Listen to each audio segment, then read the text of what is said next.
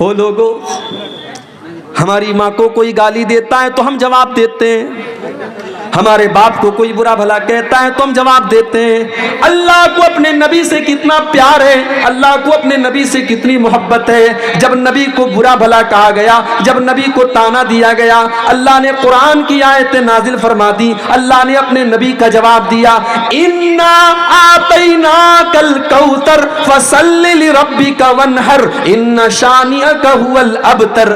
ऐ नबी, कौन कहता है कि आपके बाद आपका नाम न लिया जाएगा? इन्ना आतैना कल कौसर, ऐ नबी कल कयामत का दिन होगा, अहले ईमान आपके पास आएंगे, जब तक आपके हाथ से वो कौसर का जाम न पी लेंगे वो जन्नत के अंदर दाखिल न होंगे। इन्ना आतैना कल कौसर, ऐ नबी हमने आपको कौसर दिया है। ऐ नबी, आपको जो ये कहता है कि आपके बाद आपका नाम लेने वाला कोई न होगा, ऐ नबी जाओ उनको सुना दो, जब तक दुनिया में अजान की आवाज जारी रहेगी, जब तक अशहदु अल्ला इलाहा इल्लल्लाह की आवाज बुलंद होती रहेगी, तब तक इस दुनिया के अंदर, आसमान के अंदर, जमीन के अंदर अशहदु अन्ना मुहम्मद रसूलुल्लाह की आवाज भी बुलंद होती रहेगी। इन्ना अतैना कल कौसर, ऐ नबी हमने आपको बहुत भलाइयों से नवाजा है, हमने आपको कौसर से नवाजा है। फसल्लि लिरब्बिका वन्हर, आप अपने रब के लिए नमाज पढ़िए, कुर्बानी कीजिए।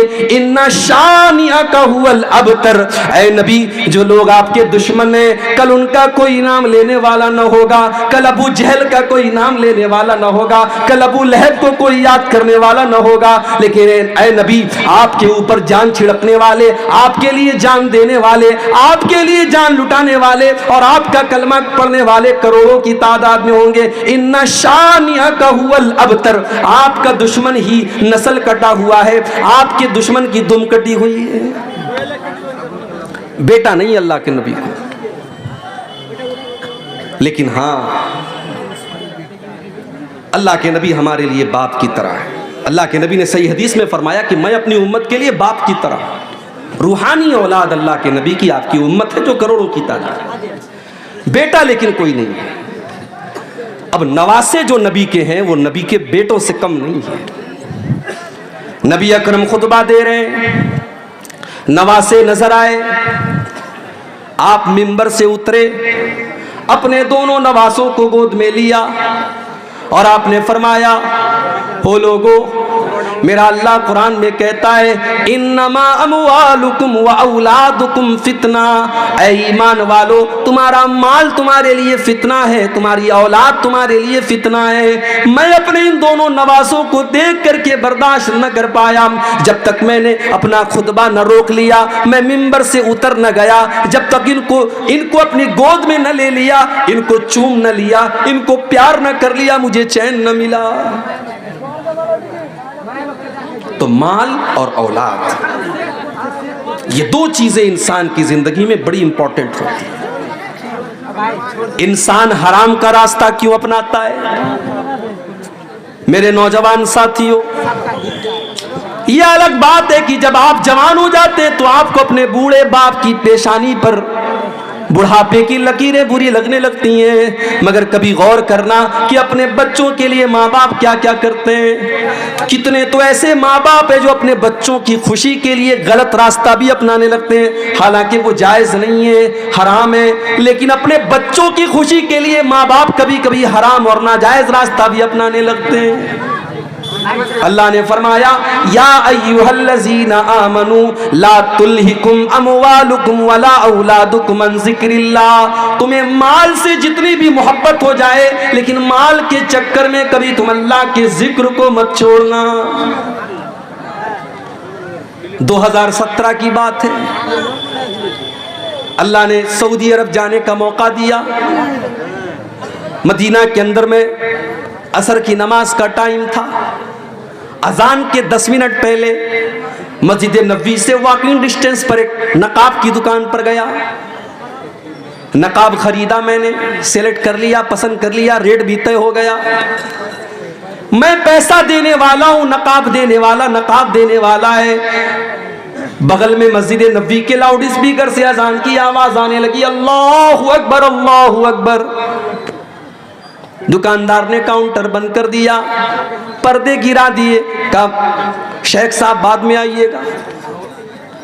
मैंने कहा भाई मेरे अजान हो रही है, अभी तो जमात में 10 मिनट का टाइम है, अभी कोई मसला नहीं है, तुम पैसा ले लो सामान दे दो। कहा नहीं नहीं, अजान हो चुकी है, इस बात की इजाजत नहीं है कि हम अजान होने के बाद कोई सौदा सलफ करें। आप नमाज के बाद आइए, दुकान मेरी खुली रहेगी, आपको सामान मिल जाएगा।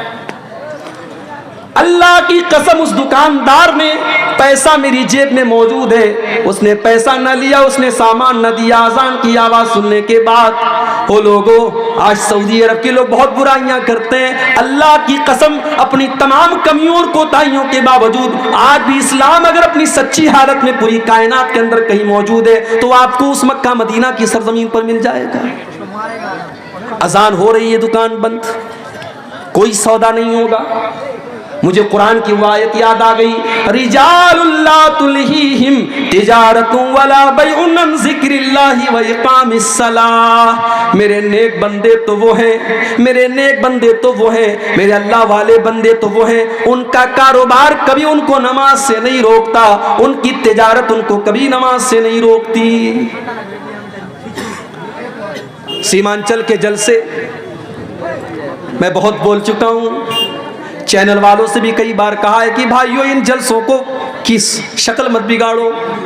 आपसे भी बार बार कहता हूं कि इन जलसों की शक्ल न बिगाड़ो। माँ बहनों से बार बार कहता हूं, ये जलसे हैं, ये कुरान और हदीस के नाम पर कायम होते हैं, इन जलसों के तकद्दुस को पामाल न करो। जवान जवान लड़कियां सज धज करके, मेकअप करके, सवर करके इन जलसों में आ रही हैं, और वो बाश और बदमाश किस्म के लड़के रास्तों पर घूम रहे हैं। मेरे भाइयों, अगर जलसों का यही मकसद है तो अल्लाह के वास्ते इन जलसों को बंद कर दीजिए। चैनल वालों, आपने गली गली नुक्कड़ नुक्कड़ चैनल खोले, तकरीरों के एक तकरीर के 50-50 रिकॉर्ड करने वाले कैमरे लगे हुए हैं। तकरीरों को आपने रिकॉर्ड किया, आपने अपने व्यूअर्स बढ़ाने के लिए, अपने देखने वालों की, अपने दर्शकों की तादाद बढ़ाने के लिए आपने तकरीर कुछ थी, आपने उस पर गर्मा गर्म कोई टॉपिक डाल दिया, जो मैंने अपनी तकरीर में जो बात कही भी नहीं, जिसका जिक्र भी मैंने न किया, वो बात आपने मेरी तकरीर में उसका टॉपिक बना दिया उसको।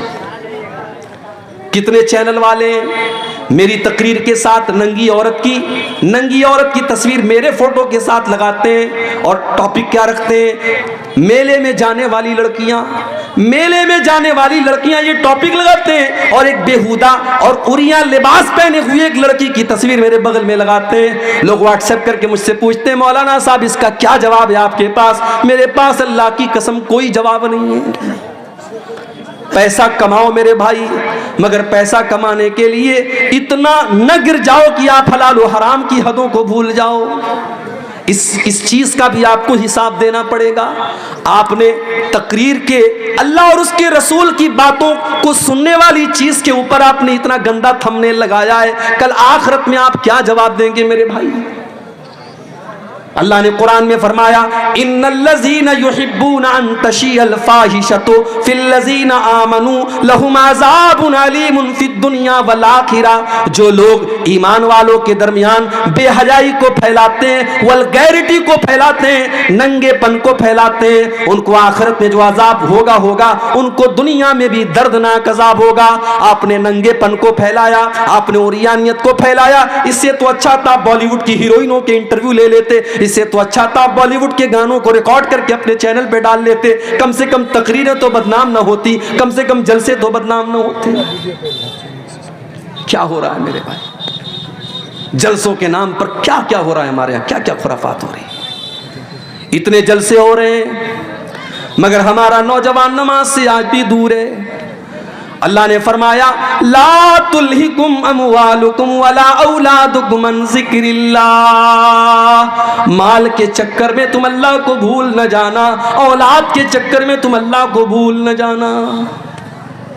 और आज अगर कोई अल्लाह को भूल गया, उसकी जिंदगी में सब कुछ है, अल्लाह नहीं है, अल्लाह का जिक्र नहीं है, नमाज नहीं है, अल्लाह को याद नहीं करता है, तो दुनिया में तो जो होगा होगा, आखिरत में क्या होगा? वमन आरज़ान ज़िक्री फ़इन्न लहू मईशतन ज़नका। जो हमें याद नहीं करेगा, जिसकी जिंदगी में सब कुछ होगा लेकिन अल्लाह नहीं होगा, उसकी जिंदगी को हम बेचैनी वाली जिंदगी बना देंगे। वो करोड़ों और लाखों कमाएगा लेकिन उसके घर में चैन न होगा। सास बहू के झगड़े उसके घर में होंगे, भाई भाई के झगड़े उसके घर में होंगे, उसके घर में ननद भाभी के झगड़े होंगे, उसके घर में देवरानी जेठानी के झगड़े होंगे, उसके घर में न चैन होगा न सुकून होगा, उसके बच्चे बीमार होंगे जो हमको याद नहीं करेगा। फ़इन्न लहू मईशतन ज़न्का, उसकी जिंदगी बेचैनी वाली बन जाएगी। वनहशुरुहु यौमल क़ियामति आमा, और कल क़यामत के दिन हम ऐसे इंसान को अंधा बना करके उठाएंगे। क़ाल रब्बि लिमा हशरतनी आमा, वो कहेगा अल्लाह मैं तो दुनिया में अच्छा खासा देखा करता था, मैं आज अंधा कैसे हो गया। अल्लाह फरमाएगा कज़ालिका तत्का आयातुना फनसीतहा व कज़ालिकल यौम तुनसा। मेरे बंदे, तेरे सामने कुरान की आयतें पढ़ी गई, तेरे सामने नमाज की अहमियत बताई गई, तेरे सामने बेहयाई की बुराई की गई, मगर तू बेहयाई के काम करता रहा, तू नमाज को छोड़ता रहा, तू अल्लाह की याद से गाफिल रहा। जब तू दुनिया में अंधा बन गया तो आज हमने तुझको अंधा बना दिया। तो ये पहली आयत है कि अपने माल और औलाद के चक्कर में अल्लाह को मत भूल। वमन यफ़अल ज़ालिका, और जो माल के चक्कर में अल्लाह को भूल जाएगा, जो औलाद के चक्कर में अल्लाह को भूल जाएगा, फ़उलाइका हुमुल खासिरून, उससे ज्यादा घाटे का सौदा कोई नहीं कर रहा है। हम ये समझ रहे हैं कि साहब हम दुकान कर रहे हैं नमाज छोड़ करके, हमारी दुकान में बड़ी बरकत हो रही, बड़ा पैसा आ रहा है। नहीं, पैसा तो आ रहा है मगर आप घाटे का सौदा कर रहे हैं। जानते हो फायदे का सौदा किसको कहते हैं? आओ एक मिसाल आपको देता हूं, फायदे का सौदा किसको कहते हैं। अल्लाह के नबी अपने साहबा के साथ बैठे हुए, एक सहाबी आते, अय अल्लाह के नबी, मैं अपने बाग की चहार दीवारी कर रहा हूँ, मेरा खजूरों का बाग है, मैं उसकी बाउंड्री कर रहा हूँ, और बाउंड्री करने में मेरे पड़ोसी का एक खजूर का पेड़ आ रहा है, मैं उससे कह रहा हूँ कि ये खजूरों का पेड़ तुम मुझे दे दो, लेकिन वो मुझे देने को तैयार नहीं है। नबी अकरम ने उसको बुलाया, कहा भाई अपने बाग की बाउंड्री कर रहा है, तुम्हारा एक पेड़ इसकी बाउंड्री के रास्ते में आ रहा है, तुम अपने पेड़ की जो मुनासिब कीमत है दे दो। उसने कहा नहीं, मैं नहीं दे सकता। उसने कहा मैं ये पेड़ नहीं दे सकता। अल्लाह के नबी ने फरमाया कि तो बताओ तुम्हें क्या चाहिए। उसने कहा हाँ, अगर इस एक खजूर के पेड़ के बदले में मुझे पूरा एक बाग दे दिया जाए तो मैं वो बाग के बदले में मैं एक खजूर का पेड़ दे दूंगा। नबी अकरम ने अपने सहाबा से कहा, ऐ मेरे सहाबा, कोई है जो इस पेड़ को खरीद ले, मैं उसको जन्नत की गारंटी देता हूं, इससे बेहतर खजूरों का बाग उसको जन्नत में मिलेगा। कोई है अल्लाह का बंदा जो अपना खजूरों का बाग इसको दे दे और इसका ये पेड़ खरीद ले। एक साहबी खड़े हो गए, उनका नाम था अबू दहदा। उन्होंने कहा अल्लाह के नबी, मेरा एक बहुत बड़ा खजूरों का बाग है, मैं आपको गवाह बना करके कहता हूं कि मैं अपना खजूरों का बाग इसको दे रहा हूं, और इसका वो एक खजूर का पेड़ मैं लेकर के अपने इस सहाबी भाई को दे रहा हूं। सौदा डन हो गया। अबू दादा दौड़े दौड़े घर आए, उनकी बीवी उसी बाग में गई हुई थी। मुस्नद अहमद के अल्फाज हैं, हजरत अबू दादा बाग के दरवाजे पर पहुंचे और बीवी को आवाज दी, ऐ उम्मे दादा, ऐ मेरी बीवी, तुम जल्दी से इस बाग से निकल जाओ, ये बाग मैंने अल्लाह की राह में दे दिया है। ऐ मेरी बीवी, मैंने एक खजूर के पेड़ के बदले में इस बाग को खरीद लिया है, इस बाग को बेच दिया है, और मुझे अल्लाह के नबी ने इस पर जन्नत में इससे बेहतरीन बाग की गारंटी दी है। आज के दौर की औरतें होती तो शौहर की ये बात सुनकर के चार बातें सुनाती कि आपसे बड़ा बेवकूफ कोई नहीं देखा, आपसे बड़ा स्टूपिड कोई नहीं देखा कि आप एक पेड़ के बदले आप इतना बेहतरीन बाग आप बेच करके चले आए। आज की औरतें होती तो चार ताने मार देती। लेकिन मेरी प्यारी माँ बहनों, नबी की सहाबियात की जिंदगी भी क्या जिंदगी थी। उम्मे दादा उस बाग से निकलती हैं और अपने शौहर से कहती हैं, ऐ मेरे शौहर, आपने बड़े फायदे का सौदा किया है, आपने बड़े मुनाफे का सौदा किया है, आपने जन्नत के बाग के बदले अपने बाग को दे दिया है, आपने कोई घाटे का सौदा न किया। ये थे सहाबा। एक और सहाबी थे, उनका नाम था सुहैब रूमी। हमारे यहाँ शेरशाबादी चलता है, अंसारी चलता है। इसी बिहार में दरभंगा में एक गांव है, वहाँ सड़क में दीवार बनी है। एक तरफ से अंसारियों का रास्ता, एक तरफ से शेख का रास्ता है। अंसारी के रास्ते से शेख नहीं जा सकता, शेख के रास्ते से अंसारी नहीं जा सकता। हम तो बिरादरियों में बटे हुए हैं। ठीक है, बिरादरी है तो है, लेकिन बिरादरी कोई फख्र की चीज नहीं है। शेरशाबादी ये सोचे मैं शेख और अंसारी और खान से अच्छा हूं, खान ये सोचे मैं अंसारी से बेहतर हूं, अंसारी ये सोचे मैं फला से बेहतर हूं। ये इस्लाम की तालीम नहीं है। इन्ना अक्रमकुम इंदल्लाहि अत्काकुम। बिरादरी की बुनियाद पर किसी को कोई इज्जत हासिल नहीं है। नबी के सहाबा में आप देखें, वैरायटी है सहाबा। सलमान फारसी ईरान के रहने वाले, सुहैब रूमी रूम के रहने वाले, इसी तरीके से हजरत बिलाल हबशा के रहने वाले।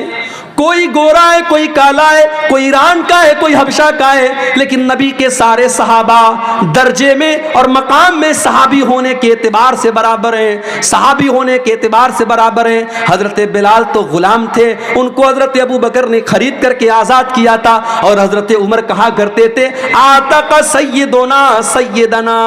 बिलाल भी हमारा आका और अबू बकर भी हमारा आका। हमारे आका ने हमारे आका को खरीद करके आज़ाद किया। बंदो मोहताजो गनी एक हुए, तेरे दरबार में पहुंचे तो सभी एक हुए। अगर अल्लाह ने आपको तौफीक दी होगी, आपने हज किया होगा, आपने उम्रा किया होगा, आपने देखा होगा कि अल्लाह के घर का तवाफ करने में गोरे और काले का कोई फर्क नहीं, अंसारी और शेरशाबादी का कोई फर्क नहीं, अमीर और गरीब का कोई फर्क नहीं। सारे के सारे लोग एक ही आवाज दे रहे हैं, लब्बैक अल्लाहुम्मा लब्बैक की सदाएं दे रहे हैं। एक ही आवाज है, एक ही ड्रेस कोड है, एक ही घर का तवाफ कर रहे हैं और एक ही मकसद है कि अल्लाह राजी हो जाए। सुहैब रूमी रजी अल्लाह ताला अन्हु रूम के रहने वाले थे। गुलाम बन करके मक्का में आए, किसी ने आज़ाद कर दिया, बिजनेस करने लगे। अल्लाह ने तिजारत में बरकत रखी है, तिजारत में बरकत है। उलमा कहते हैं कि सबसे बेहतरीन पेशा खेती करना है और खेती करने के बाद सबसे बेहतरीन पेशा तिजारत है। तिजारत में अल्लाह ने बहुत बरकत रखी है। हजरत सुहैब रूमी रजी अल्लाह ताला उन्होंने तिजारत की, बिजनेस किया और अल्लाह ने बरकत दी उनको, बहुत पैसा कमाया उन्होंने। नबी अकरम के ऊपर ईमान लाए, सहाबी हो गए। फिर एक ऐसा मौका आया कि अल्लाह के प्यारे नबी मदीना चले गए। सुहैब रूमी अभी मक्का में ठहरे हुए हैं, उनको अपना कारोबार भी देखना है, अपने घर वालों को भी देखना है। अब क्या हुआ?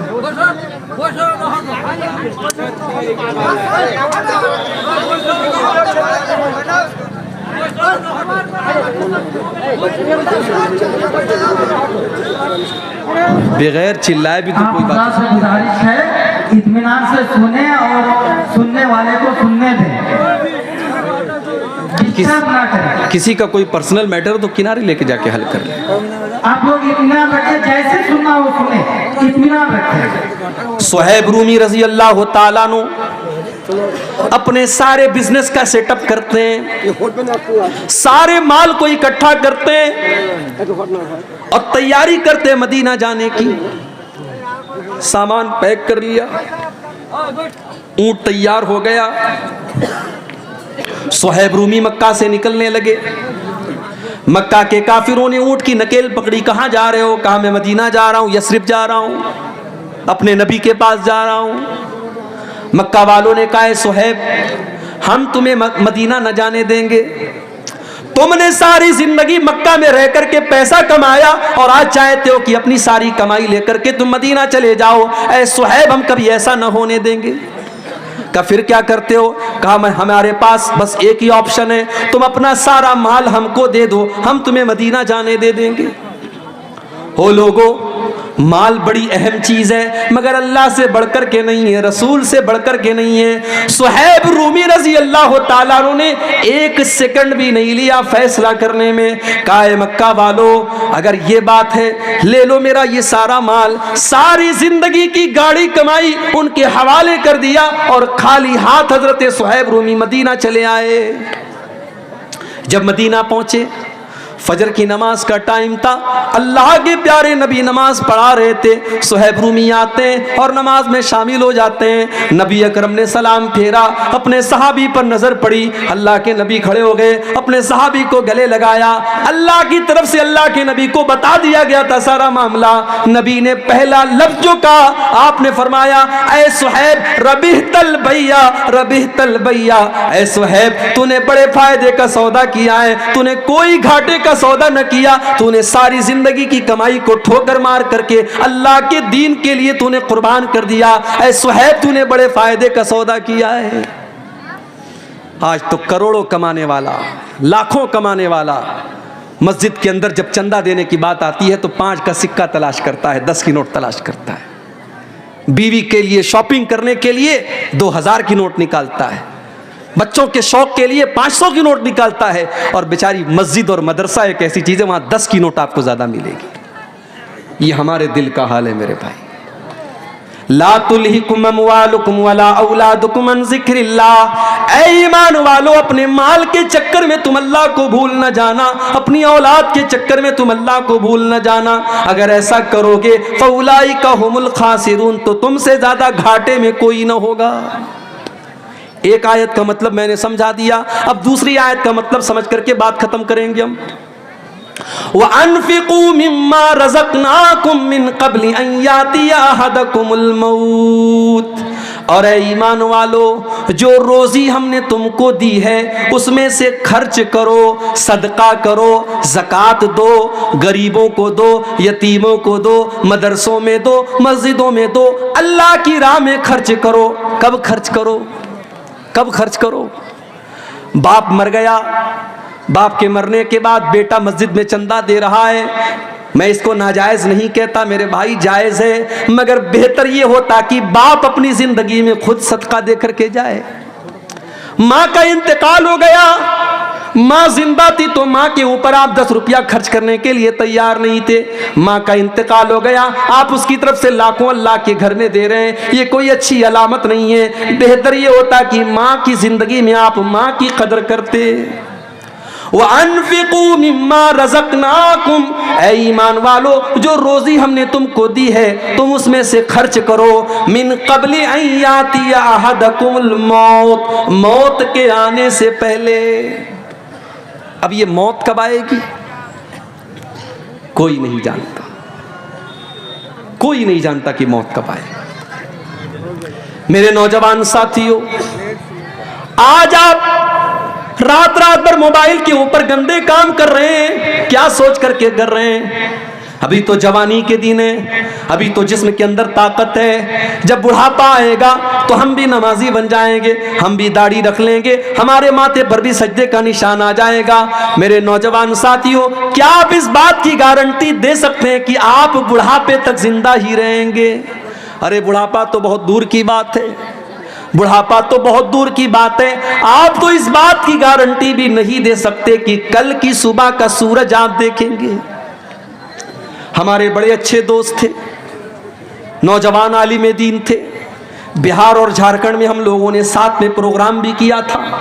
हमारे उत्तर प्रदेश के रहने वाले थे मौलाना अब्दुल रहमान साजिद सल्फी, हमारे बनारस से जामिया सल्फिया से उन्होंने पढ़ाई भी की थी।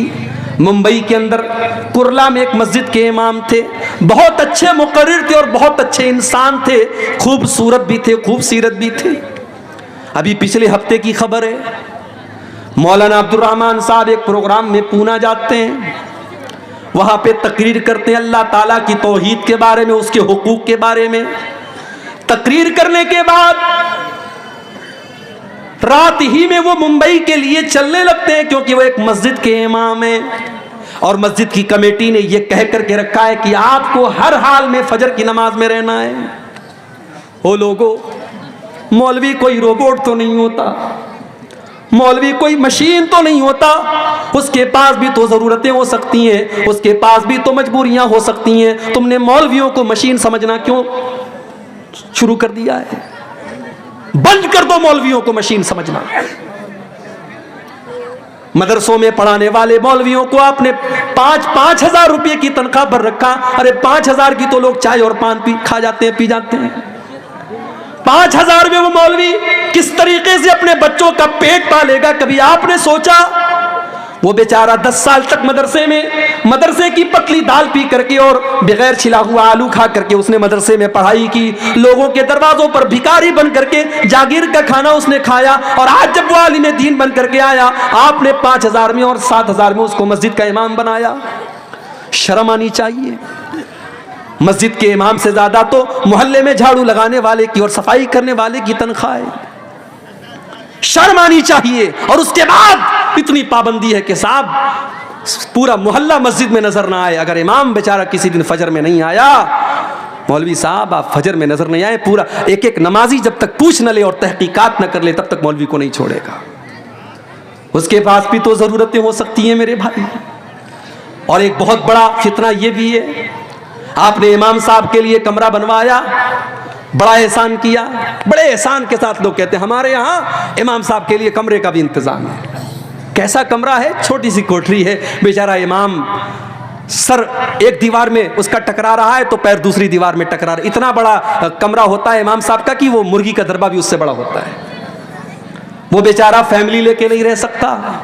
उसकी बीवी बेचारी जिंदगी भर शादीशुदा होने के बाद भी अपने शौहर से दूर रहे। ओ लोगों, तुमने इन मौलवियों की जिंदगी को ऐसा क्यों बना दिया? मदरसों में पढ़ाने वाले टीचरों के लिए आपने फैमिली क्वार्टर का इंतजाम क्यों न किया? कल अगर उस मौलवी के कदम बहके, उस इमाम के कदम बहके, उस खतीब के कदम बहके, उस टीचर के कदम बहके, वो तो गुनहगार होगा ही होगा। हम और आप भी कम गुनहगार न होंगे। हमने उनको अपनी फैमिली से दूर करके बहुत बड़ी आजमाइश में डाला है। यहाँ पे बहुत सारी मस्जिदों के जिम्मेदार भी होंगे, मदरसों के जिम्मेदार भी होंगे। मैं अल्लाह का वास्ता देकर के आपसे कहता हूँ कि आप अपने इदारे में पढ़ाने वाले टीचरों के लिए ऐसी जगहों का इंतजाम करिए कि वो फैमिली के साथ रहें। आप मस्जिदों के इमामों के लिए फैमिली क्वार्टर का इंतजाम कीजिए। आपको अगर अपने बीवी बच्चों के साथ रहने का हक है तो उस मौलवी को भी पूरा पूरा हक है मेरे भाई।